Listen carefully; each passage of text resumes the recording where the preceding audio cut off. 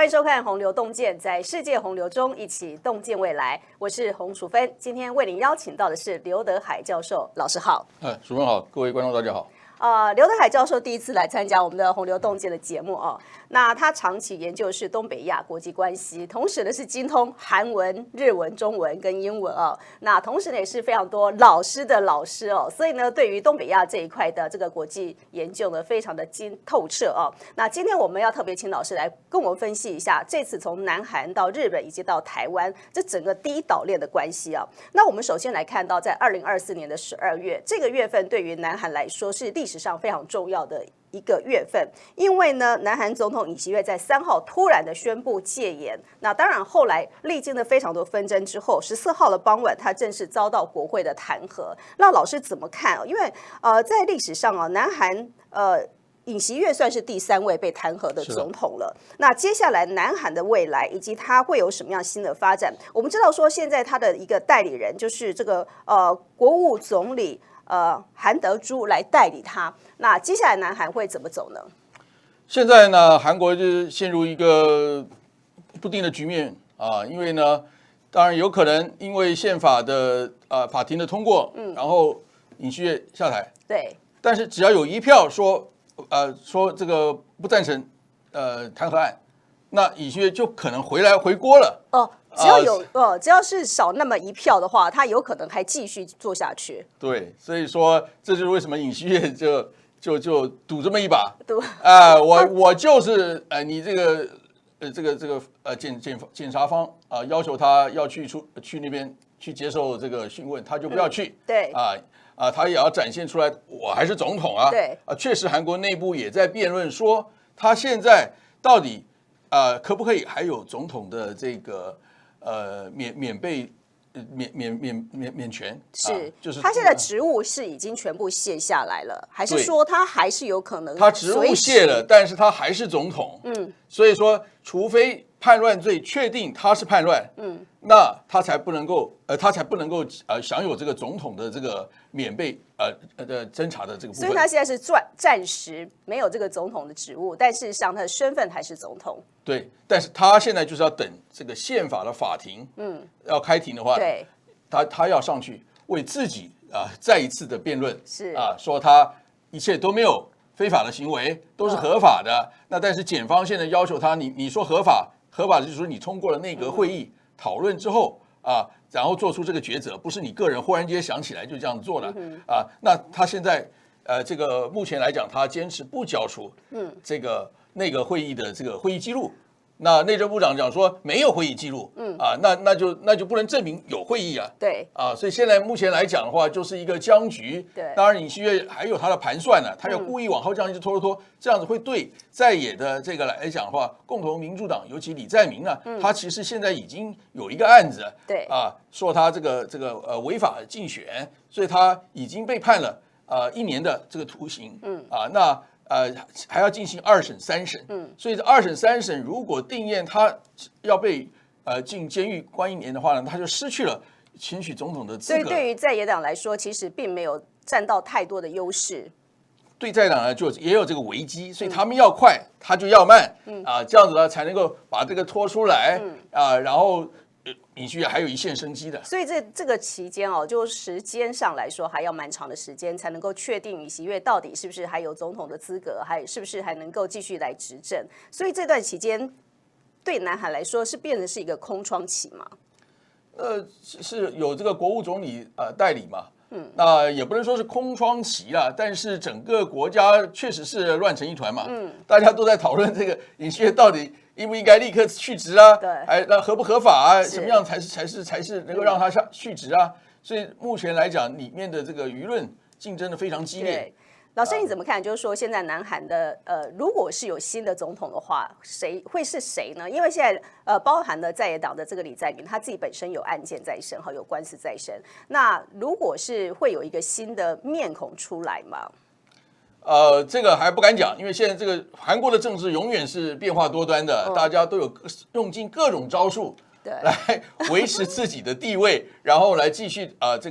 推动他的这个政见是而且韩国的政治是随着个人走的。随着个人走。对，所以说，而且他比较尹锡悦是尹锡悦的一帮人现在支持他，对所以你看85票，对，就是不赞成罢免票，对。那相对的呢，李在明也有他的支持的，这个绝大多数人支持他的。所以他的个人主义是比较强一点的，而再加上说这个南韩它的一个制度它是5年一个总统一个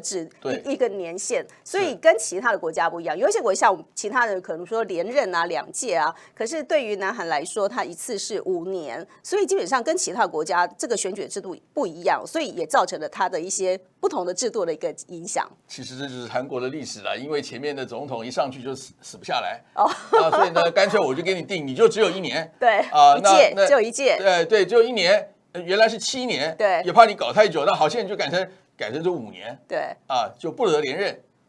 所以这个情况来讲的话呢，这个我们目前还要再继续看，因为李在明要想尽办法让他可以再继续选嘛，因为目前来讲民调他是50%以上，如果现在选的话。可是他现在如果有官司在身的话，他还是有机会可以再选嘛？只要他那个案子没有定验，他已经是那个在野党的代表了，对的话，他选他就可以，他还是有机会的。对，当然他赢的几率是很大的。那所以当然执政党就要不让他出来啊。对，那假如他不能出来的话，别人来选，那就不一定有那么高的支持率了嘛。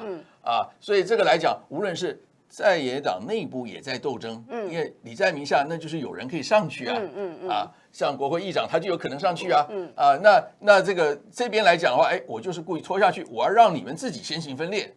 拖得越久越好，你一分裂了，这舆论就会有变化了，对，舆论有变化又不一样，譬如说李在明通过这个他现在在提一个案子，说要让这个祖国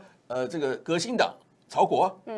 让他能够回国。也就是说，他刚刚才因为判刑，所以他被失去了这个议员的资格。对，那现在可能未来现在这个李在明他们就在提一个案子，就是说未来的话，不能说这么短1年2年，你要5年以后，或者说什么特别什么案子才能够才能让他失去这个议员的资格了。那这样子的话呢？而且还能现在就可以回国了。那换句话说，李在明万一有什么发生的话，他还可以再回国。那这种案子如果出来的话，那就对舆论就会有影响嘛。人家讲说，你是为你自己搞了个半天。所以这个来讲他们现在来讲的话，还有很多的变数的存在，大家都用尽各种办法，在位的要留下来，没在位是用尽各方法上去。这就是韩国式的政治。好，老师，韩国再怎么说，它也是一个民主政治的一个国家哦。但是我们为什么老是看到总统呢？每一次下来之后都是到监狱去报道，就说失败的总统怎么会这么的多？到底他的这个历史的背景为什么会造成这个样子？这个就是每一个国家的政治文化都有它的特征啊。那韩国来讲，从1945年以来的话呢，韩国的这个政治来讲，就是左右两派斗争非常激烈。那左派其实在日本这个战败之后，立刻跟日本达成协议，说让监狱里面的那个韩国人都能出来，然后让日本能够平安返回日本。然后还成立了一个朝鲜人民共和国。这种情况但是美军一上来之后1945年9月美军一上来之后，美国人怎么会相信左派这种社会主义者呢？那美国人当然你们这个不行，你们要组这个政党政治政党政治来进行来竞逐，最后选出来谁是总统。那这样子的话呢，就美国当然就是硬把韩国的政治从左边转到了右边。最后就李承晚当选了这个韩国的第一任总统嘛。那他当然是美国 Princeton University 的这个 PhD 了。所以那美国当然想说他一定是听他的了。那但实际上来讲，他还是韩国人，他一上来以后怎么样也不下台，就做了12年。这中间来讲的话，就一直所以说整个这个保守派势力就是一直当政一直当政到1998年金大中上台。那所以这中间来讲的话接近40多年来讲的话，那左派的不是被说你是共产党，要是这个什么贪污什么案件来讲，就把你觉得这做的就像那个李承晚的这个 story 来 repeat 一次，只是说呢。有一点不同，就是说他已经没有那么强的力量了，他个人没有那么好的魅力，对，军警都不是很支持他，对，但是李承晚时代他是非常有魅力的，军警全部支持他，所以这样子的话呢，所以说我刚讲左派的人，很多人遭到迫害或者被杀了，所以说韩国的这个斗争来讲是一个一代代相传，一直斗下来的啦，所以你杀了我家的人，我家的人被迫害了、残废了，我哪里会不报你的仇呢？这是前面这一段，那再加上军政府朴正熙上来，全斗焕上来，这些都军人来执政，那对啊，韩国来讲的话，就是不是民主嘛，所以大家都要希望民主，韩国人一直希望民主，但是一直就不行。对，所以这中间来讲，保守派跟这个所谓的左派的进步势力斗争的非常激烈啊，这就是所以说你想想看，任何一个上来怎么会让他好好过呢？啊，你看全斗焕这个卢泰愚都被入狱嘛，这个金大中虽然没有怎么样，但是他的儿子也被入狱了。那个卢武铉呢，他太太涉及的这个贪污，就他为了救他太太就跳崖自杀了。那当然后面的这个朴槿惠现在尹锡悦现在又都这个朴槿惠弹劾下台，尹锡悦现在又面临弹劾。那中间的李明博也被入狱，贪污入狱。所以你看，就是大家冤冤相报，冤冤相报，永远没了的。所以看起来就说南韩其实他的这个执政者就说蛮专断的就个性也非常强悍，跟他们的民族性应该有时候蛮强的关系，包含他们的反对党也是非常的这个势力，还有他们的性格也非常的强烈。对，你想想看。韩国如果不强烈的话，今天还会有韩国吗？那个北韩也是一样，两韩都很强烈，因为他们周边都是强国啊。中国也强，俄罗斯也强，日本也强，外面来的美国也强，哪个不强啊？虽然它比我们台湾可能是大呀，但是跟这些比不算 nothing， 什么都不是嘛。所以韩国人自己的俗语讲说，我们是金鱼群中的小虾米。金鱼一斗很就不行了，所以你不够强悍，你根本没办法生存。所以他们自己有这样的认知啊，所以也造成说他们的一个民主性跟其他的，就像跟我们来比较的话，就感觉相对的是很不一样的。对。好，那老师怎么看？就是说，因为他这样子的一直不断的内耗对于整个我们说它虽然是一个民主国家，但目前看起来它的这个民主性到底够强吗？因为制度是制度，对，制度必定是用人来这个制度里面这个执行的，他的一些，所以说不可避免的，人一进来就把人的自己的想法加入了这个制度嘛，对，所以呢，制度往往就是不健全，是人的问题啊。那是韩国的情况来讲的话呢，刚刚讲了，这个情况会持续下去，但是每一个韩国总统上来的话，他们也讲要如何快速的把他的国家能够这个强健起来嘛，对，那这样子才能够。对人民有交代嘛，也当希望他的这个下一次的选总统的时候，他们的这个总统还能够他们的势力可以继续的延续下去嘛。是但是到最近现在看来讲，都是一届完了就不行了。可以说两个都不断在轮回啊。对，就是变成一直这样，就是代表了韩国的民意现在就是非常的分裂的，然后斗得非常激烈的。所以你看，连续两个嘛，朴槿惠这个尹锡悦两个保守派都被拉下来了，对，那也就是说，民众确实对保守派的有些意见，然后被他们这样这个抓到小辫子，那就得下台，那现在就是文在寅是目前来讲还没有被抓起来的，但是他的女儿也是已经在调查中了。老师在这个韩国的这个选民当中，他的比例就说左派、右派跟中间派的比例大概怎么分？但这个其实是它会不断的变动的，因为韩国我刚刚讲他们是在下面的想办法上去，上面的上去以后想办法不下来，那在下面的人的话，他也要想办法说，我能不能上得去啊？所以他其实是会变的。你像这个尹锡悦或者您刚刚提到的韩德洙现在的总理他们过去曾经是这个共同民主党的人，但是呢，到了时机成熟的时候，他就转到了转到这边的，所以他们有可能是转向的，所以是会看时势转向的。对，他是非常，所以我刚刚讲，他是想尽各种方法如何往上爬。这是蛮特别的一个国家但老师，我们看到这一次南韩发生了这样子的一个戒严的状态就说内部非常的纷乱，但是呢，我们看到北韩朝鲜反而金正日好像是蛮稳的，很淡然的在看这些事情一般人认为说现在的状态对南韩来说应该是他最脆弱的时候，但是为什么这次的金正日他好像似乎没有太多的动作？老师怎么看？金正日这小子是非常厉害的啦。第一个呢，因为这个保守势力动不动就是以北韩的安全威胁为由，就打北韩牌，来让国内团结，然后支持他的政权嘛。你看，注意看尹锡悦这次，他提出这个非常戒严令的时候，一开始讲的是说，因为这个国会里面很多亲北的势力，对故意制造国内的政治混乱，所以我不得不使用军队去把它这个抓起来，把这些所以呢就把这个共同民主党的在野势力跟这个北韩不是挂钩了嘛？他本来想这样子才是可以下来，但是韩国的情势已经改变了嘛，所以说这次就没达成。但是说你说这个时候北韩如果做任何挑衅的动作，那不是帮了尹锡悦了吗？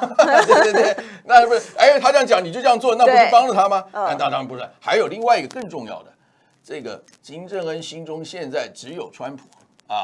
因为他的人生的最大的目的就是达成他们金家的这个最终使命，就是要跟美国建立正式的外交关系。因为他上次已经跟川普有3次会议，对，但是呢，这已经是大跃进了，但是仍然这个最后一步就是跟美国建交，这个还没有达成。那因为如果跟美国真的达成的话，那就不得了了。那北韩的重要性立刻压过了南韩了，那中国必定抢它。那俄罗斯他现在已经建立友好关系嘛，那这个形势马上就变了嘛。那北韩变成是这个东北亚里面大家都要抢的国家嘛，包括日本立刻就会抢去跟北韩要建交，因为美国如果建交，日本肯定跟上了。所以这个整个情势来讲，金正恩算的这个棋是更高一招的。我没必要上你的当。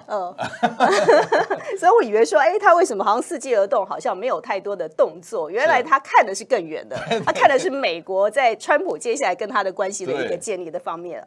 但是老师怎么看？就是说这次川普怎么看南韩这个事情因为通常因为我们说到之前在拜登时期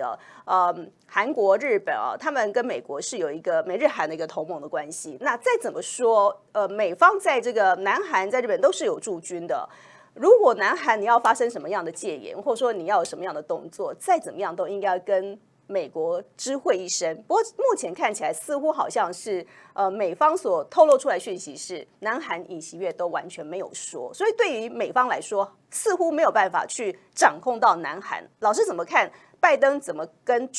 这个尹锡悦之间的关系，以及川普怎么看南韩？是的。那拜登跟尹锡悦政府的关系应该是当然非常好的，这是已经对美国来讲，这是一个他的来讲难得的一次这个美日韩等于是建立军事同盟的3方都合作的，是很少有这样的情况，大部分的是韩日关系不好嘛，对，那就让美国的这个抗中或者是过去对苏联的来讲的话，就总是一个缺口嘛，对，就是不够力。那但是在拜登任内跟尹锡悦达成这个任务了，那对美国来讲当然是非常重要的，更不要讲说韩商到美国在拜登任内已经投资了1000亿美元以上的这个投资案就等于完全支持美国要把高科技重返对美国的这个政策嘛，所以他们关系当然是好，是不用讲的，但是呢这一次的来讲的话，确实美国方面来讲可能未必知道这个事情，但是我们也不要忘了。拜登政府已经是即将下台的政府了，所以说呢，这个拜登其实现在也忙着做一些其他事情，他并不在意太多事情，他只要韩国稳定就好了，然后希望是民主程序完成就好了。现在这是美国方面主要在意的是这个安全过关就可以了。但老师怎么看川普？怎么看南韩？因为刚刚你提到，就是说川普他接下来如果说跟金正恩的关系特别好一些的话，那对南韩来说其实是有危机感的。那肯定，韩国现在非常紧张其实危机重重他们来讲呢，其实他现在非常担心的是，川普上来尤其他任命的这个黄之汉作为他的未来的安全的副顾问，那还得了？那个黄之汉就是当年跟这个崔善基，北韩现在的外长，两个这个促成了在这河内的这个川金的峰会那所以说那就变成他两个搭上线了，更不要说前面这个。南韩抱怨说北韩又在试射飞弹，怎么样威胁安全呢？那美国就讲说，这个川普直接讲说，在竞选的时候讲说，你只付10亿，我觉得你应该付100亿，你家那么有钱，干嘛只付10亿所以说这个等于是帮了这个金正恩嘛。那金正恩在那里闹的意思，就然后他一来一往，他不是眉来眼去嘛？对所以说这个韩国来讲非常担心，他们非常担心。因为美国内部现在这个来讲就在讨论，反正北韩已经拥有核武，你也不能阻止了嘛。对，那我们干脆就让北韩这个冻结它的核武来交换美国跟北韩关系的改善。那当然就是要制衡中国嘛。那川普更有可能会搞一个大战略。现在你看得很清楚，他的外交策略，第一个是先让俄乌战争解决，让俄罗斯得到他一定需要的利益，那俄罗斯跟他关系就好了嘛。那好了以后呢，那就不排除下一步就是去北韩那建交了，那不是中国被北韩给围上去了。这个来讲的话，就变成了东北亚一个全新的局面了。不是美日韩的这个来抗中了，现在变成是美俄朝来抗中了。当然俄罗斯是不是完全这样了？那我们不知道。那北韩是不是完全配合呢？但这中间就有蹊跷之处所以说我们这个川普来讲的话，他心中有大算盘，因为他最重要的目的就是要迫中国在这些政治安全的压力下做出庞大的经济让利。他上一次就要求1兆美元，这一次他可能2兆美元，那就看中国加倍了。对，看中国愿意付出了。老师，我们记得在这个川普的第1任的时候，他跟这个金正恩两个人关系好像是蛮好的，因为他们也曾经在38线那个地方我记得他们还在那边散步就说让外界认为说他们彼此之间的关系非常的好。老师怎么看？就说在第2任的川普任内跟北韩的关系是不是会再进一步，还会再给这个金正恩有一些更多的一些发挥的空间？我觉得非常有可能的。因为其实金正恩现在做球了，金正恩这小子非常厉害。做球啊？对，他现在做球给川普，因为他晓得这个从拜登、川普都一样的，就是抗中嘛。对。只是说怎么样抗中法嘛。所以说你看，这个金正恩原来是被俄罗斯跟中国都压了他，你的核武不能再发展了，或者是跟美国前一段还合作过嘛。对。所以说中国的立场是不希望朝鲜半岛有出现问题嘛，所以不希望北韩的武力继续加强嘛。但是呢，利用了俄乌战争。俄罗斯陷入一个比较孤立的状态的时候呢，这个金正恩马上来这个表示他的这个忠诚，然后愿意提供这个武器，最后现在军队都过去了，那就是变成了这个就是变成朝俄建立的军事同盟。所以他这一招是已经有先布局好了。顺着你美国不是反中啊，你反中，你下面就是我就告诉你，我现在就反中，然后我跟他已经好了，那你再只要跟我建交，不是就完成了我刚刚讲的呢？这个美俄朝去围堵中国的政策就成型了。所以这金正日真的是拿捏的非常好对，这小子是非常厉害的，比我们所想象，他很早就会开始布局了。所以我最记得韩国的媒体从前一直讲说，那个金胖子是一个 moron， 是一个低能儿。结果呢，现在韩国要晓得到底谁是低能儿，是尹锡悦还是金正恩呢？好像角色有点改变了哈。那老师，我们看到说所以接下来在这个美国跟北韩之间的关系可能会比以前会更加的这个好一些了。这可能性非常高的。还有一个我们要注意到的，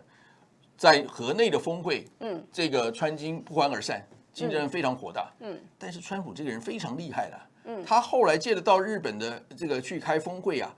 他就忽然间就连接金正恩说他愿意去跟我们在板门店见一下吧，我已经来你们东北亚了。那金正恩还是接受了。对，然后这2个人就变成就是他这样就有点说道歉，我上次很对不起，我临时跑走了，没有跟你达成协议。那金正恩气得个要死，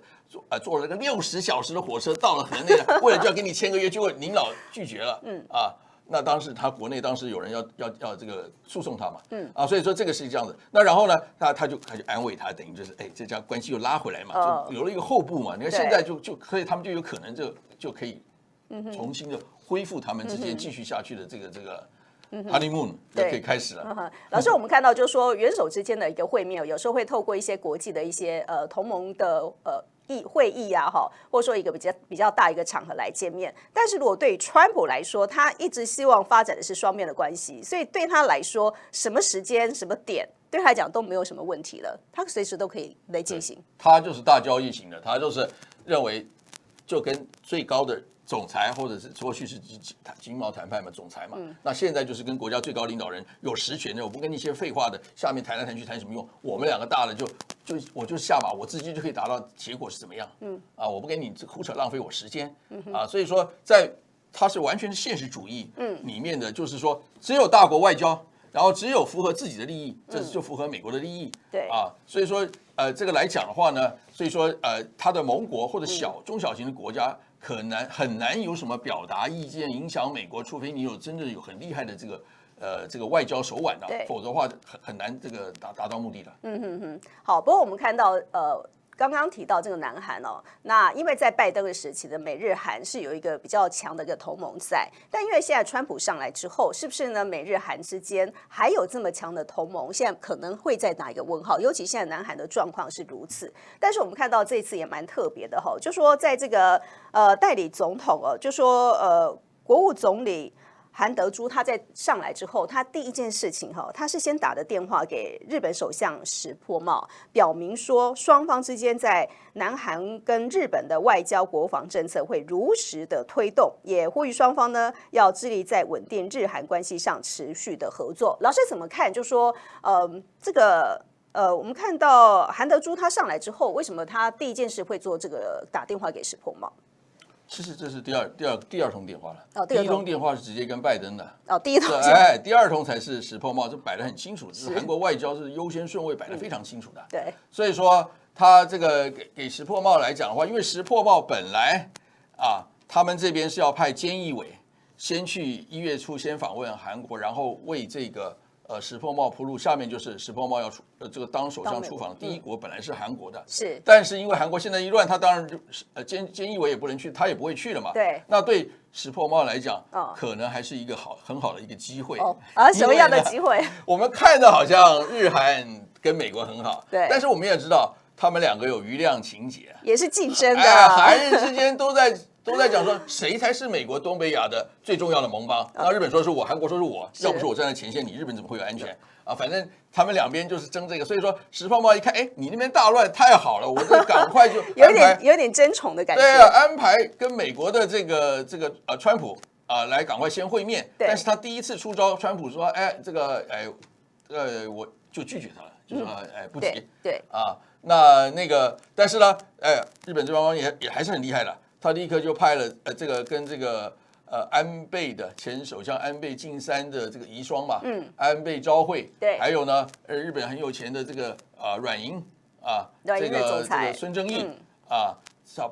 去了这个美国，然后这个因为这个安倍当年呢曾经是以一个金质的这个高尔夫球棒，换得了川普的好感，因此后来这个美日签了一个这个经贸协议嘛，减少了很多美国来给他的这个原来的声称的经贸的压力减少了，所以说这个来讲的话，这是前面，所以他这个安倍的遗孀过去的话就有机会改善嘛，就是在他的这个就职1月6号的时候，在这个佛罗里达州的时候，对，然后这个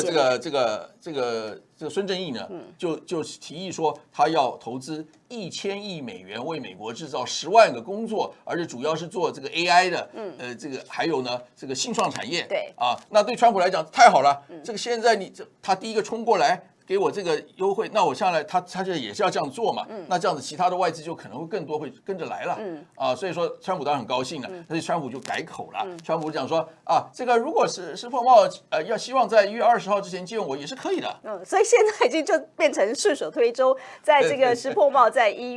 川普在就任之前，在1月20号之前他会先去这个美国跟这个川普来见面，所以反而是促成了这个石破茂可以跟川普来见面，但是我看到石破茂其实也蛮用心的，因为他在之前先派出了这个安倍的遗孀先去第一波、第二波的这些先遣部队先打点的时候，那现在石破茂有机会跟川普来见面，老师怎么看？就是石破茂现在跟美国之间的关系，是不是在接下来他会更加强度更多一点？那肯定他现在要先博得这个川普的好感嘛，是。那就是看他们见面之后能不能进一步的这个维持这个好感呢？对，那是非常重要的。那所以说这个石破茂来讲的话，就会顺着川普的做法嘛，就是双边为主轴，不会太强调三方怎么样合作了。但是他也当然希望跟韩国也维持好关系，因为石破茂现在打的算盘是要在美中之间凸显出日本的重要性。所以说这边先跟这个川普这个先见了面，抢了韩国之间他显示他的友好，对，弄好了关系以后，再下来去韩国，再下来就可能就是这个明年要中日韩的峰会，他希望这个当习近平能够访问东京了，那这下日本就不得了了，因为刚刚他已经先取第一招已经成功了嘛，对，那就后面的所以它的地位在这个整个东北亚来说，就会更加的凸显出来。但是老师，我们看到刚刚你也提到，就说南韩跟日本之间本来之前就有余量情节啊，但是在拜登时期，至少美日韩同盟看起来做得还不错。但是因为现在川普上来之后，他不太信这一套哦，所以呢，看起来这个第一岛链上面的美日韩同盟呢，是会断裂呢，还是说它有可能还是会有维稳的情况？从川普的角度，他不会像我们国际关系或者是军事专家这什么第一岛链、第几个岛链，他对这个根本没兴趣。他要的是 money，OK， 这个不太重要。那他有他的一套。他谈判的时候，他的筹码是不用花钱的。所以我们刚刚讲，他就是可以打北韩牌啊，俄罗斯牌、北韩牌甚至不排除让日本跟韩国拥有核武，这也没有什么不行的。要对抗中国，也是可以的。对啊，他们这两国拥有了核武，谁会有安全威胁啊？那当然是中国，不是美国啊！美国发而未那么远，他根本不在乎你。然后中国一下子变拥有核武国，给围起来了。这个我不是乱讲，这是川普在前一次2016年选举时就曾经讲过。那我们就让这个盟邦拥有核武，不就了事了吗？我们不需要派兵去干嘛？更何况，如果他跟北韩建交的话，他的重点就不是南韩了，反而是北韩了，因为北韩更接近中国的边境嘛，所以他就变打了一种新的形式的一个抗中的这个做法但是我们也要知道，川普这个人是非常的机灵的，这个他给你显示出来，他好像非常抗中，但是呢，他有目的的。这个抗中其实是他的手段，他的真的目的是要中国让出庞大的经济利益，这个才是他的目标。所以说，这个中间有很多的变化，我们还需要这个观察下去的。所以，川普他的思考逻辑跟一般的政治家其实都完全是不太一样的哦，非典型的一个这个政治家。OK， 那老师怎么看？就说那将来我们看到，在这个美日韩的同盟，如果因此在被这个川普整个完全破了之后，在东北亚的部分，包含反而是北韩有可能会更加的重要，在这个整个的整个地缘政治上面来说，北韩就反而是会更加重要了。是的，因为现在来讲，北韩为什么积极要瞄准的美国关键就是在北韩现在是一个这个对他不利的局面嘛。朝鲜半岛不是一个平衡的局面嘛。韩国跟4强都有正式的外交关系，为什么我们北韩就不行啊？他就是跟美日怎么样不建交嘛？这就是韩国想要阻止美日这个跟北韩建交嘛，孤立北韩嘛。对那现在所以说金正恩一定要打破这个魔咒吧，他就是要所以川普就是给他最好的机会嘛。这个天赐良缘啊，这个川普正好又当选了嘛，那更不得了，这机会来了。所以说所以他只要跟美国一接上线去，他的战略地位的重要性当然超过了韩国因为他更接近中国边境了嘛。那给中国的压力当然也加大了嘛。这就是为什么这个川普念之在之的，就是说他还想见这个金正恩的。在金正恩这部分，川普拿不到 money 拿不到钱但是呢，他的这是免费的一个政治筹码，来对付中国，迫中国做出更多的经贸让利。所以对于川普来说，其实北韩他虽然拿不到钱，但是他在这个地缘政治上面，其实可以帮助美国更多。但老师怎么看金正恩因为我们之前都想说，那南北韩是不是还要统一的问题？对于金正恩来说，是不是这已经不是什么太大问题？还是说他还是认为北韩、朝鲜就是一个国家了，他也不太需要再去跟南韩统一了？这个就是这个人跟人的关系，就是对这个相对的嘛。你对我狠，韩国是的，你对我狠，我比你更狠。大家看什么厉害？所以你这个变成了韩国是这个北韩的首要的敌人，是在尹锡悦上台之后。尹锡悦上台之后强调说，他也学美国川普，他说我们要对北韩极限施压，迫北韩这个改善他的行为，改变他的行为，契合。那结果当然相反。那北韩说好，你狠我比你更狠，我干脆就给你断了，我不跟你往来了，我把你这个边境上本来合作的这个什么铁路炸掉，炸了，那就表示说我就是恩断义绝了，因为那原来都是韩国人出钱就对，所以说这个来讲的话，那当然未来如果是这个共同民主党他们的人当选了美国这个韩国的总统，比如说李在明，尤其是李在明，因为李在明有一个案子就是涉及他跟北韩之间他找一个韩商用白手套提供北韩一些金援，这个经济的援助，那这个尹锡悦就抓到，就说他是这个是这个亲北的，他为什么这样讲的原因在这里。但是你要跟北韩交往，你就要付出经贸代价，那除非你像川普这种情况，他可以不用。但是对韩国来讲，他就要付出经贸代价，所以他原来就已经有做这个准备的了。将来要执政的话，那所以说这个如果是李在明上台，或者是共同民主党这一派是愿意跟这个北韩改善关系的这一派当选了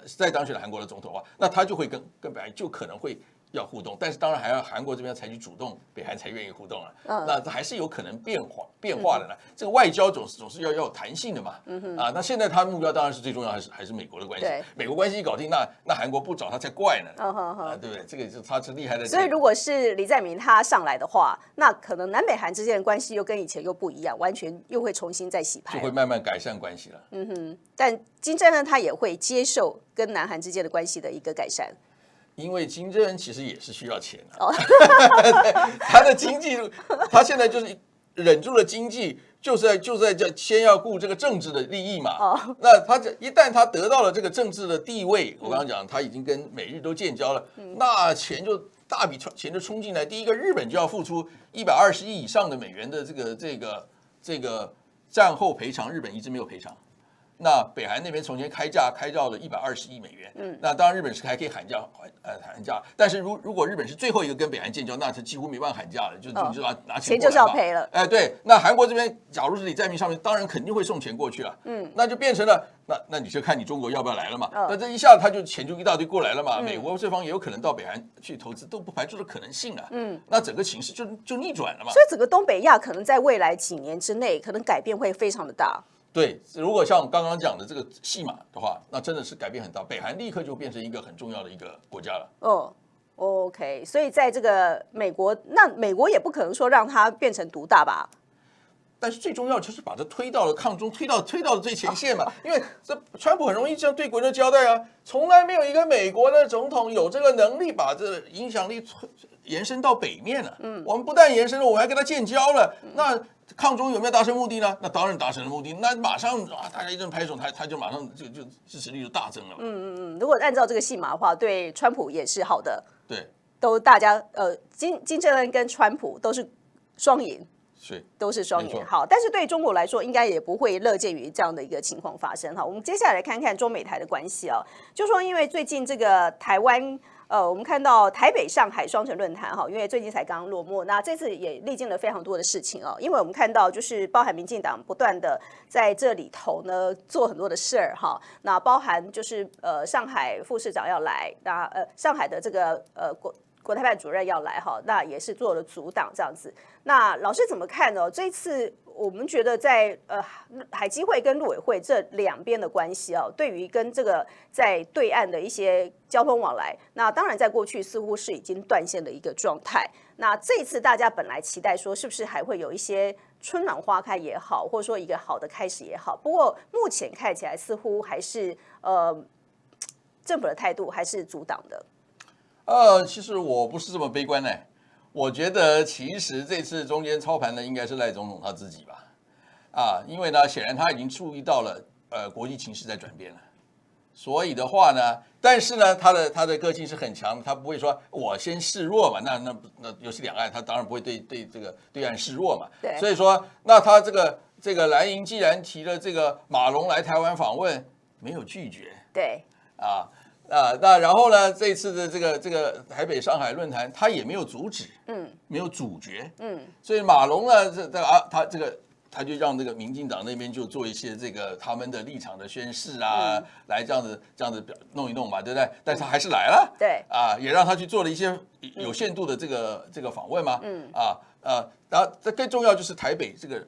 个上海的这个论坛来讲的话呢，他当然也来了。但是呢，我就让你有些人不能来显示一下你要来不来，这还是由我来决定的啦。对，由我决定谁可以来，谁不能来啊。那当然，这个大陆方面也是很厉害。那个上海市长他马上就讲说，我们上海市就会要派这个团来，对，我们台湾这个来这观光了，观光对所以说其实大家是在慢慢的在动。因为是赖清德支持的是台独嘛，但如果他怎么能示弱呢？这都是蓝营自己做的，我没有啊。然后我故意显示一下，我有这个权来决定谁可以来，谁不能来。对。然后呢，那中国说要来，他就说，哎，来的话，你这观光客的你要符合我们什么什么规定，什么规定，那还是要表示出来他有这个统治权嘛。对。那所以这等等来讲的话，但是关键就在这里了。总统非常了解，台湾现在经济其实是需要这个服务业，尤其观光方面的改善嘛。那当然，你讲立刻宣布的政策的话，也是表现他好像示软嘛，对不对？那其实前面旅行业已经大量的这个示威过嘛，所以他知道这个，所以他现在来，我也不阻止你就来啊，那当然让我们这边就以后过去了，那这样子其实就是已经在慢慢的开始这个细的这个水流就开始了，那未来的话呢，就是万一这个习近平跟川普有什么大跃进的关系啦，因为全部都是看 money。他们两个是有可能会有大跃进的，如果他们有大跃进的话呢，至少我们这边反弹不会那么惨。老师所谓的大跃进是指什么？因为现在目前不是我们知道是川普想要在这个对于中国有很多还是有很多的抵制，包含了一些关税的部分嘛。关税这个东西我随时可以加，我也随时可以减的，这也不是法律嘛，对不对？所以这个就是人家厉害的地方了，你不要被他花招给唬住了。川普的招数就是。吓死你，吓到你就赶快自己就送钱来了那讲我还不满意，那川普像那个这个孙正义说他 offer 1000亿美元的投资，川普说，哎呀，以你的能力可以2000亿啊。那孙正义很聪明说啊，我再尽力努力一下，但是这就是他厉害的地方，他就一直压你，能够出更多的嘛。那这是同样，他跟习近平谈也是这样子嘛。当年习近平给他2500亿。这个美元的欧米亚给见面礼，但是他后来讲说他不要，他要1兆美元。对，那这个习近平讲说这太离谱了吧？所以他们两个推了4年了，最后是2000亿美元这个 Phase 1的吧，第一阶段达成协议，所以下面呢他们又要开始来了。所以一开始他就是用这个关税这个来一个大棒来挥你吓你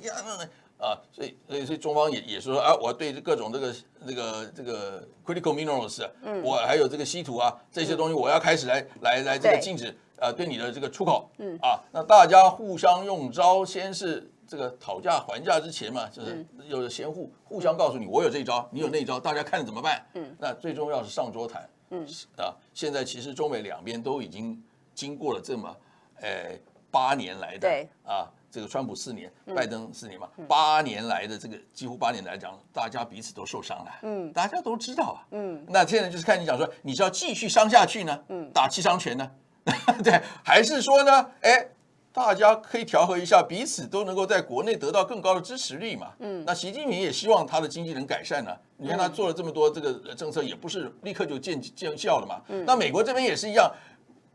外强中干，你不要看美国厉害，但是呢，这种股票东西随时可以改变的，这个所以说这个美国方面自己也知道，川普非常清楚的，外强中干，所以这次为什么他跟马斯克的合作就是一个非常值得我们注意的地方了。马斯克就有可能，马斯克到这个墨西哥的新雷扬州投资然后呢，最近又宣布一个 SpaceX 的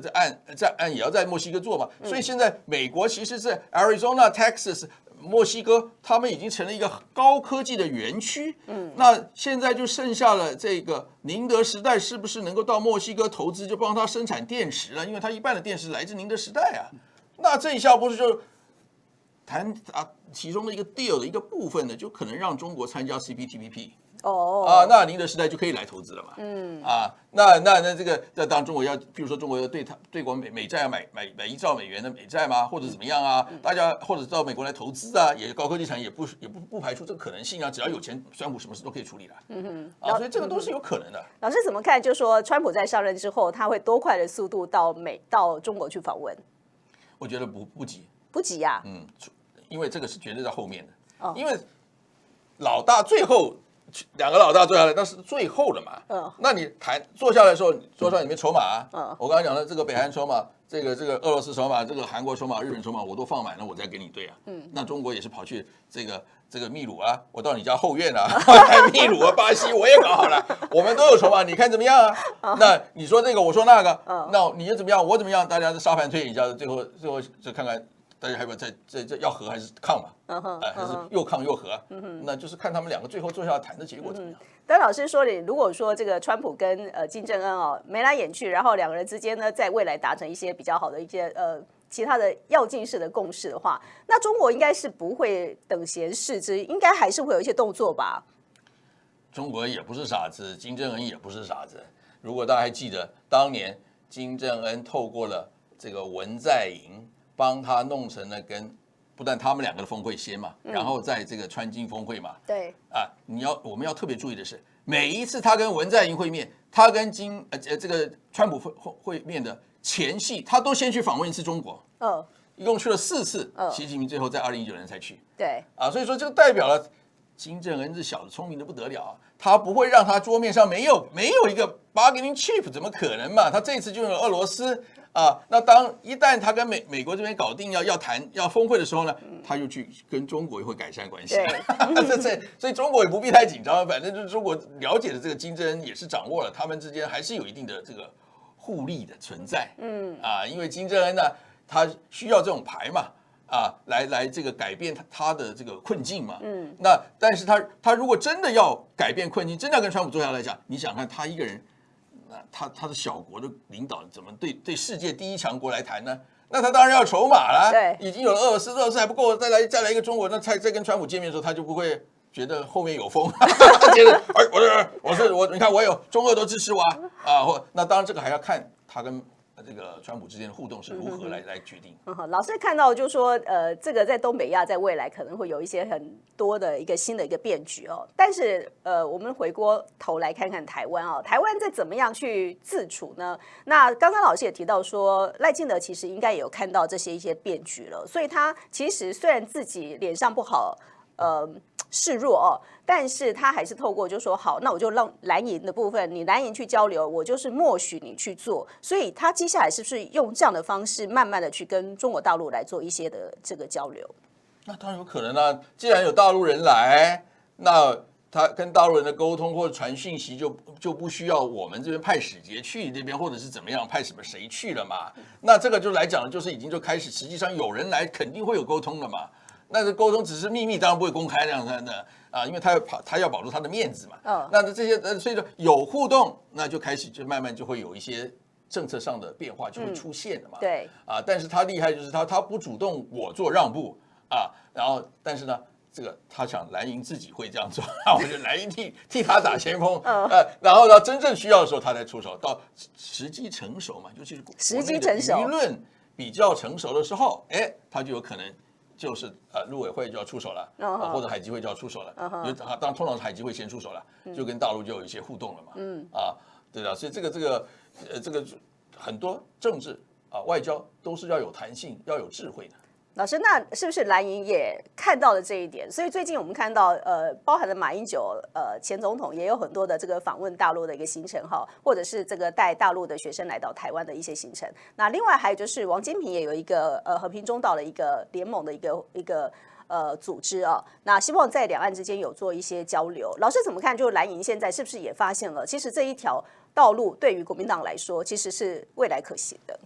是的，我想这个台湾其实大家已经看得很清楚了，所有的民主国家其实大陆也是一样，现在同样的一个挑战就是经贸问题嘛，大家哪个不是经贸的问题？因为全球经济都不行了嘛，那所以在这种情况之下呢，你能不能撑得下去？尤其是民主国家，你的政权要能不能维持啊？你看英国倒了吧，这个美国也换人啦，连日本的为什么石破茂不能够掌握这个多数呢？一样的问题，经济问题，所以我们这边其实。我们总统不是傻子，他当然看到这个情况了。所以说，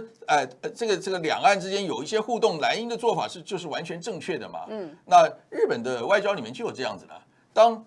这个执政党不便来跟对方改善关系的时候呢，在野党可以发挥作用。那过去这个日中关系的改变，一开始社会党去改变的。日朝关系原来有一段时间的讨论，他们的是不是有可能改善这个关系正常化，也是透过社会党的。那所以说我们的这个蓝营这做法就非常正确嘛，既符合蓝营自己的这个政策目标，也能够让两岸得到这个和平稳定一点的局面嘛，不要一天到晚这个他亮剑，我们这边也来亮剑，然后大家这样子一直弄，这有意义吗？两边百姓都没有好处嘛。那所以说这样做的话，既符合蓝营的利益，也符合绿营的利益，但是蓝营是带领的这个趋势嘛，所以有一定的作用嘛。那这个绿营呢，就是见机转舵嘛，但是呢就不会转很快嘛，它是慢一点来，但是最终还是由民意来决定。民意希望两岸继续这样互动，那就这个总统自然就会慢慢的调整，但是不是立即调整。老师觉得这个速度会多快，或是多慢？会在这个赖清德任内的这4年任内，会有一些更多的进展吗？也不会很快啊，因为这个都是要在这个一步一步的，他都要观察这个形势的变化嘛。因为有一个变数，就是说川普嘛，川普上来之后，他可能跟中国的关系可能更加的密切。之后，那台湾处在这个美中台的关系之下，是不是这个进程速度会更快一些些？那就等于也是在拔河嘛。川普也是看哪边你给我的多，他给我的多，谁给的比较多啊？那所以说都一定是这样的嘛。那所以说我们这边也已经放出了消息，说这个台积电可能进一步的加码，科技可能在这个更让利多一点。科技上面让多一点那其他的台湾的一些这个电子五哥也准备到了这个美国就可能投资了嘛。那目前我们的策略主要都是电子五哥或者是跟这个 Tesla 的合作或者未来的这个 SpaceX 的合作，都是集中在墨西哥啦。对，所以这已经在慢慢在成型了啦。那这个是，所以说你如果再让这些让川普觉得满意的话呢，他就我们的受到的负面冲击就比较小嘛。就算他跟中国改善关系，我们现在也跟中国也有一定的在互动了嘛。对，最怕是完全你不来，我也不管。那我们小经济体，我们就亏大了嘛，对不对？那所以说这情况来讲的话，至少现在的这个发展是一个正面的发展。那至于如何呢？当然就是他们三方的领导人自己要看的情况如何来调整了。但至少现在我们不会是最大输家了嘛。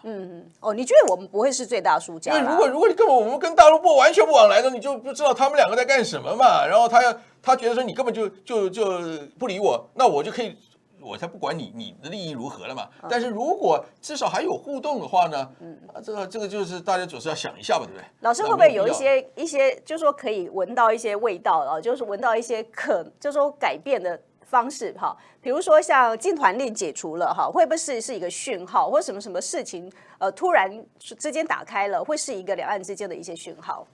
对啊，这个就是慢的。大陆现在也是民意啊，我们这也是民意啊，大家都是民意啊，所以说这慢慢打开说，就是这个年关将来嘛，对不对？你这还在那里凶来凶去，这个闹来闹去，军演这个都对两边都不是很好的事嘛。而且你看到这次军演，人家已经摆明了就不是在我们这边，人家就故意在这摆明了谁是敌人，当然是美国，他也这个就是这个习近平就是给美国看川普看，你晓得你上来我已非无下阿蒙了。当年2017年4月，他去这个海湖山庄，那个川普吓他，宣布说我已经派军去炸叙利亚了。那不是鸿门宴嘛？我到你家做客，你跟我讲说你怎么去揍哪一个小弟了？那所以说这个习近平回去就很火大了嘛。我后来就跟俄罗斯结盟了嘛。所以这个整个来讲是这个一来一往。都是有原因的，所以这次这个习近平应该也不会去参加那个川普的就职典礼了，应该是不至于吧？因为我刚刚讲了，这个最高领导人的最后的上桌的时候，那就是等于要签合议协议或者是什么样，哪有可能这么早就去了？对川普这个很炸的，让你先来，所以他是炸，所以你去了，你就变成上次又来一次鸿门宴，那不是那还来这一套啊？那当然，习近平也不是傻子，怎么会呢？所以他听说是韩正去嘛，那我就派一个副手去给你谈互动一下，怎么样？看看你到底是在想什么嘛？对那会谈判的那个主谈者绝对会第一个冲上去谈。所以就是最后我们就是看到时候如果是习近平跟这个川普要见面的时候，应该是已经最后前面都已经打好了一些基础了，就是说各自的筹码都已经谈得非常的清楚了。对，有某种这个达成的这个协议的可能性的时候，他才会见面嘛。那见面的目的就是给大家一个这个了解一下这个中美关系将走向一个和或者进他来讲呢，就是一个重要的这个表征。所以老师怎么看？就说未来的几年对于美中台的关系，会是一个比较正向的一些交流嘛？彼此的敌意应该是会降得更低一些。到目前的发展来讲，至少是一个好的开始嘛。不是任何一方是没有互动的。那我们现在既跟美国也已经有了这个接通了，然后跟这个大陆这边也是有意无意的，至少非正式的管道已经在改善了嘛。对，那这个就是一个好的现象嘛。那当然，中美当然就看他们两个在最后这个川普上来之后，他们怎么样互动嘛。但是我按照这个谈判学的话呢，应该是不会很快的。他们关系改善了，因为我就刚刚讲，你说前面还是要各自拿出各自的筹码，对，现在比对一下。所以的话，川普肯定是先要解决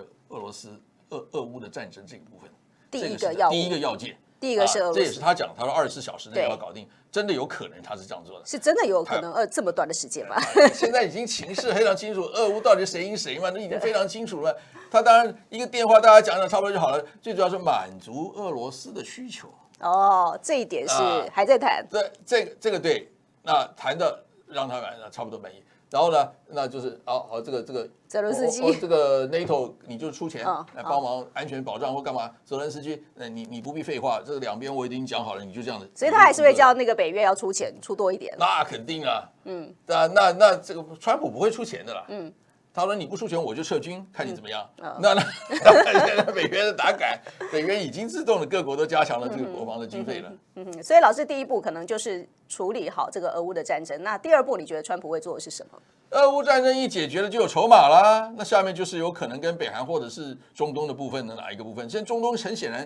他不需要太操心的啦。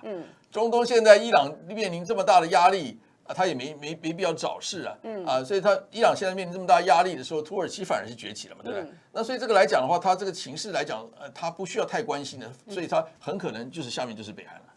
接下来就是北韩了哈。好，我们就拭目以待哈，来看看接下来的观察。今天非常谢谢老师来到节目当中哈，为我们做这么精辟的解析。那希望以后常常有机会老师来到节目当中跟我们做分享。那也谢谢大家收看哦，别忘在最后在帮我们的节目呢按赞，然后在底下留言，也帮我们的好的影片分享出去。感谢您的收看《洪流洞见》，我们下次再会。谢谢老师，谢谢。